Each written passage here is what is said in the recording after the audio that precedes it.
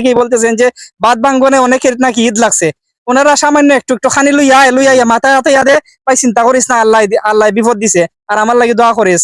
আর আমি ভাই তুই তো জানোস ভাই নির্বাচন হারাইছি এরকম, এটা কিন্তু একটা বিজ্জতি। আপনারা যাও বুট চাইতে আসলেন, বুটে ফাঁস করতে আসলেন মাইসা নাই ডুম নাই কিছু নাই। এরপরে সার্কিট যায় ফিশারি বলে নিছি গা 4 লাখ টাকা ক্ষতি করছে, 8 কেজি জমিন আছে সোফানি তলে। মানচিত্র ঠিক করে আবার রাস্তা করতে হবে, না হলে আবার গ্রামাঞ্চলের মানুষ আইল টাইল সবকিছু ঠিক করতে হবে, নাইলে আবার খার মাথা খেয়ে বাড়ি দিব। আল্লাহ মাহবুদে বালা জানান। নদীর এপার ভাঙ্গে ওপার করে এই তো নদীর খেলা, সন্ধ্যাবেলা ধনীরে তুই ফকির রাত্রবেলা। ঠিক এমনই একটি শব্দ পোহাতে হচ্ছে গঞ্জের লক্ষ্মীপুর ইউনিয়নের খালিগঞ্জ। আমি বর্তমানে খালিগঞ্জের নদী এরিয়ায় আমি দাঁড়িয়ে আছি।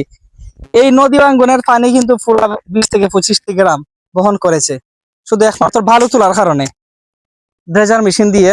যাই হোক, এদিকে আমি চাইতেছি না। আমি এই মুহূর্তে খালিগঞ্জে আসার মূল কারণ হচ্ছে এই মুহূর্তে শুনছি যে 7 কোটি প্রায় 17 লক্ষ টাকার মতো এই জায়গাতে বাজেট আসছে। দ্রুত খাল খনন করে নদীর পার ভরাট সহ অলরেডি শাহজালাল স্কুল থেকে শুরু করে এইদিকে যে মেইন রাস্তা রয়েছে, দেখেন এখানে রাস্তার মানচিত্র পর্যন্ত মুছে গেছে। কোথায় রাস্তা ছিল, কোন দিকে খাল ছিল, কোন দিকে ব্রিজ ছিল, কোন দিকে পানি ছিল, কোন দিকে গাছ ছিল, কোনো কিছুরই কিন্তু দেখা যাইতেছে না। মানে মানচিত্র ঠিক করে আবার রাস্তা করতে হবে, না হলে আবার গ্রামাঞ্চলের মানুষ আইল টাইল সবকিছু ঠিক করতে হবে, নাইলে আবার খার মাথা খেয়ে বাড়ি দিব। আল্লাহ মাহবুদে বালা জানান। চাচা কোন চাই বিস্তারিত? আপনারা তো বাঙ্গার মুখে তো যেমন তখন ক্ষতি হয়েছে, সবথেকে ক্ষতি হয়েছে নবাদ। এমন তো পানি রয়ে গেছে গড়ে দরে পানি। আচ্ছা, তারা খুব অবস্থা খারাপ। এখন কিতা করণীয় মনে করেন যে সরকারের কিতা করতো?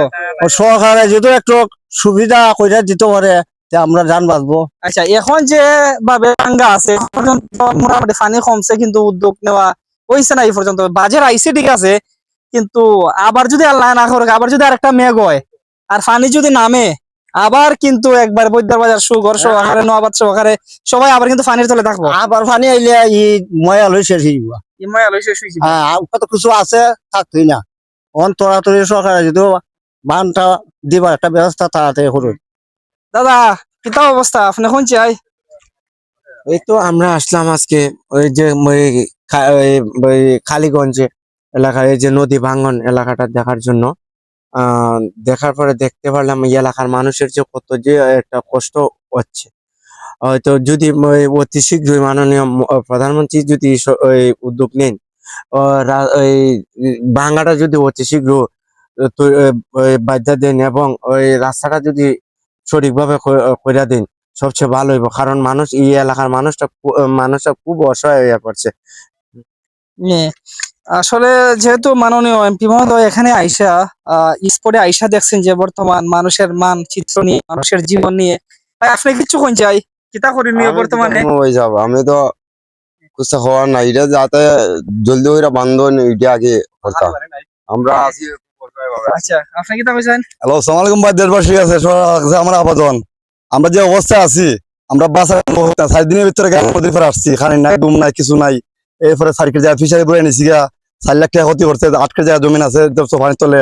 এই অবস্থা আছে। আপনার কাছে আবেদন উঠই দ্রুত ভাগে আমরা বানটা আমরা সহযোগিতা করি, আমরা সাহায্য করতে আমরা যত দ্রুত সম্ভব যেন বাঁধটা নির্মাণ করা হয়। যেহেতু বাজেট আসছে প্রয়োজনে, আপনারা বলতে পারেন যে বৃষ্টির মধ্যে কাজ করা যায় না, বা এগুলা জিও বেগ করে আমি চাই যে ফাইলিং করে নিচ থেকে যেইভাবে হোক যেন এই 20 থেকে 25টি গ্রামবাসীকে রক্ষা করা যায়। আপনারা সেই দিকে নজর নিয়ে মানুষের অনেকে কিন্তু বাঁধ নদীর বাঁধ ভাঙ্গনে অনেকেই খুশি যে এই সুযোগে আমি ভোট চাইতেছি, মানুষের দ্বারে যাইতেছি, খাবার নিয়ে যাইতেছি, সেমপ্রীতি অর্জন করতেছি।